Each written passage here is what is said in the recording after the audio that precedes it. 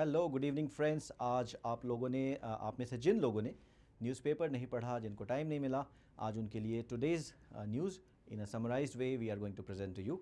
So let's move forward. What do you see here in the picture? You see here the pledge of Viksit Bharat with new Vande Bharat trains. इसके बारे में हम बात करेंगे।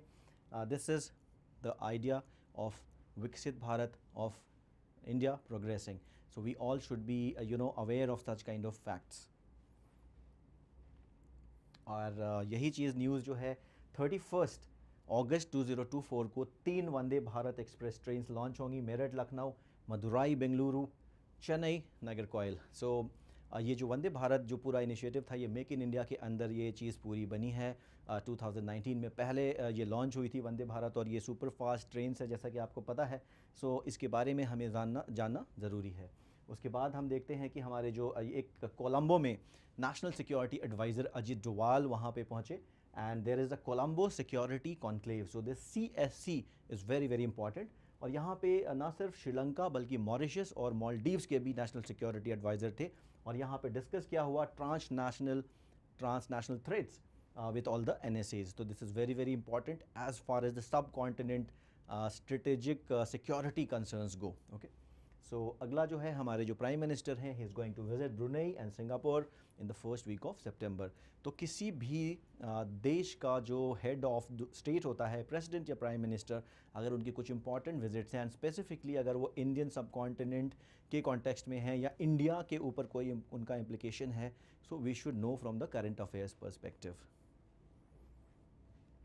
Okay, the next news is UCC will be a measure to ensure justice for women. The statement coming from none other than the Vice President of Bharat, and who is Shri Jagdeep Dhankhar. तो UCC जो लोग नहीं जानते हैं, it is uniform civil code, और ये वो जो लॉ कमीशन के द्वारा इसकी पूरी पहल जो की गई है, और एक बहुत बड़ा डिबेट चल रहा है कि क्या अलग रिलीजन्स के अलग लॉज होने चाहिए।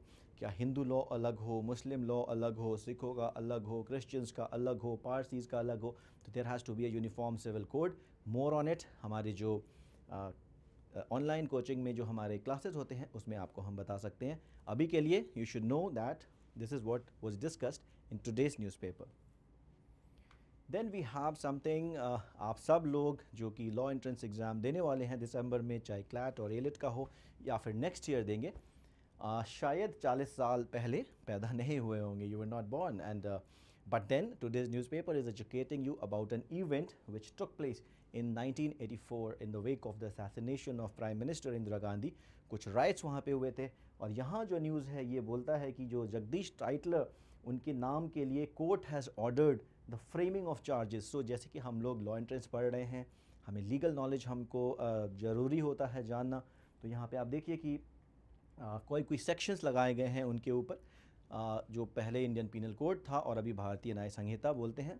तो उसमें इनके ऊपर मर्डर, उसके बाद abetment, writing, promoting enmity between groups and being a part of unlawful assembly. तो ये सारे चार्जेस उनके ऊपर फ्रेम किए जा रहे हैं। It's important. ये जो हिस्टोरिक इवेंट था हमारी कंट्री में हुआ था, इसके अभी भी कॉन्टिन्यूड सिग्निफिकेंस हैं। So it's important. नेक्स्ट एक मूवी बनने वाली है, जिसके बारे में यहाँ पे लिखा हुआ है कि certification for my film Emergency has been stopped, censors got threats. Mandi की लोकसभा सीट से चुनी गई हमारी member of parliament Kangana Ranaut ji, और उन्होंने इंदिरा गांधी का रोल प्ले किया है इन द मूवी इमरजेंसी। और यहाँ पे ये बोल रही हैं कि क्लियरेंस स्टॉप हो गई है central board of film certification, CBFC, central board of film certification, इनके मेंबर्स को थ्रेट मिला है। So this is a news we should watch. And all those who are frequent flyers, जिन्होंने विस्तारा में फ़्लाइट्स बुक करी थी, 11 नवंबर के बाद वो उनकी flights automatically reservations air India की टिकट बन जाएगा, because Vistara will soon be air India. This is a merger taking place. So name Vistara, air India merger. That's all you need to remember. This is a big article explaining the entire thing, and flyers के ऊपर effect क्या होगा, aviation में क्या होगा, वो सब जानने की ज़रूरत नहीं है, 2 नाम जानने काफ़ी हैं। Okay, there's a good news. Cyclonic storm Asna drifts from Gujarat coast. तो ये नाम पाकिस्तान का दिया हुआ है Asna, and this is the news says the deep depression of the Gujarat coast has intensified into cyclonic storm Asna. The Indian Meteorological Department IMD क्या करता है आपको पता होना चाहिए. You need to know the acronym. And हमारे external affairs minister S Jaishankar का ये एक स्टेटमेंट है that era of uninterrupted dialogue with Pakistan is over. So anything which happens between India and other countries in the subcontinent, in Asia, or maybe relations with countries of Europe, maybe of Americas, is of importance. We need to keep a watch. So this is going to be a continued news. ये जो statement इन्होंने दिया वो कहाँ पर दिया, यहाँ पर एक बुक की लॉन्च हुई थी. तो इम्पॉर्टेंट बुक्स एंड ऑथर्स भी आते हैं हमारे एग्ज़ाम में. तो यहाँ पर strategic conundrum reshaping India's foreign policy, ये लिखी गई है by a former diplomat named Rajiv Sikri. तो Rajiv Sikri, the book strategic conundrum reshaping India's foreign policy is important from the exam point of view. Very very important appointment, cabinet secretary Rajiv Gauba ji को replace किया है TV. Somanathan ने. तो कैबिनेट सेक्रेटरी, जैसा कि आप जानते हैं कि सीनियर मोस्ट IAS ऑफिसर होता है पूरे देश का ब्यूरोक्रेसी में. तो this is an important piece of news you must remember. Defence and security related news को हम देखते रहना चाहिए हमें. We should keep watching. So we have state owned Hindustan Aeronautics Limited HEL signed a contract with Safal Helicopter Engines Private Limited. So HAL contract with Safal Helicopter Engines Private Limited, ये याद रखने की ज़रूरत है. और यहाँ पे सफल एक जॉइंट वेंचर है between Safran helicopter engines SAS and HAL and is tasked with the design, development, production, sales of new generation helicopters engines in India. Very very important for our military and for our exams too. India second nuclear सब, हमारे पास दो हैं. अरिहंत पहले था, 2016 में commission हुआ था I believe so. And then we have Arighaat. तो अरिघात के आने से हमारे पास दो हैं. इनके थोड़े बहुत स्पेसिफिकेशंस हमें पता होने चाहिए, जैसे कि डिस्प्लेसमेंट ऑलमोस्ट 6000 टन है इसका. It has K-15 SLBM submarine launched ballistic missile. और यहाँ पे लेकिन हम देखें तो जैसे कि यूनाइटेड स्टेट्स से अगर हम कंपैरिजन करें तो उनके पास 14 न्यूक्लियर सबमरीन्स हैं. चाइना के पास 12 न्यूक्लियर सबमरीन्स हैं. We have two, nevertheless we are ahead in other departments, so not to worry. तो यहाँ पे सॉरी, ये न्यूज़ जो आप देख पा रहे हैं, this is very very important from the defence and security related news part of our exam syllabus.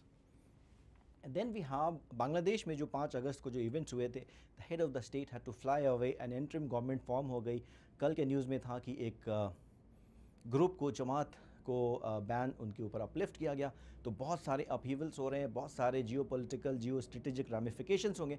यहाँ पर देखिए कि किस तरह से एक पॉलिटिकल स्ट्रेटेजिक न्यूज़ इकोनॉमी पे इम्पैक्ट करती है. तो यहाँ पे जो ऑर्डर्स थे इंडिया और बांग्लादेश के बीच में, जितने सारे अग्रीमेंट्स एंड इंपोर्ट एक्सपोर्ट की चीज़ें हो रही थी, तो यहाँ पर जो ऑर्डर्स हैं, decline in orders from Bangladesh has had a spill over effect on the Indian textile industry. So this what the news is about. So we need to understand any news when we read in all its entire spectrum of events. आप देखिए यहाँ पर कमला Harris, Donald Trump, दो नाम याद रखने पड़ेंगे, आपको रखने चाहिए. इलेक्शंस US प्रेसिडेंट के होने वाले हैं. नवंबर में हमें पता चल जाएगा कौन बनेगा.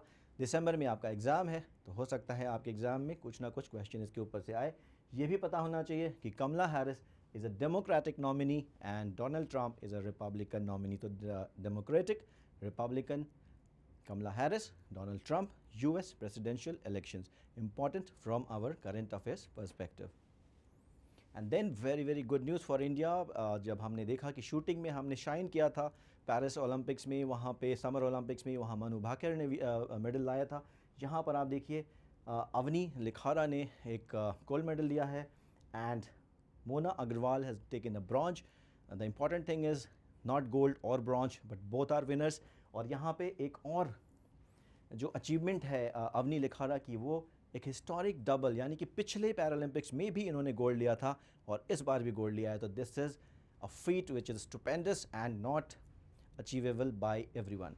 सो we need to know her name. She is the golden girl of India today. And in the end हमने बहुत सारे न्यूज़ की चर्चा की, हमने डिफेंस देखा, हमने इकोनॉमिक्स देखा, हमने पॉलिटिक्स और गवर्नमेंट रिलेटेड न्यूज़ देखी, हमने स्पोर्ट्स भी देखा. अगर ब्रेक लेना चाहते हैं, थोड़ा एंटरटेनमेंट भी चाहिए, because if you keep starting you will burn out and you need to peak at the right moment which will be November 2nd और 3rd वीक. तो अगर एंटरटेनमेंट चाहिए तो ये मूवी देख सकते हैं, IC-814 का जो हाईजैक हुआ था. It was done in the year December 1999 और उसके बहुत सारे रामिफिकेशन सिक्योरिटी issues में हुए थे. But in case you have time from your studies, from your 12th studies, from your school, from your tuitions, if you decide to watch over a Sunday, you can watch this movie because it will teach you something about the history, about historical event of India, which has a continued significance. So this is it for today. It's a wrap, and till the time we meet again, study hard, keep your focus, and just remember there is no shortcut to success. Thank you for watching.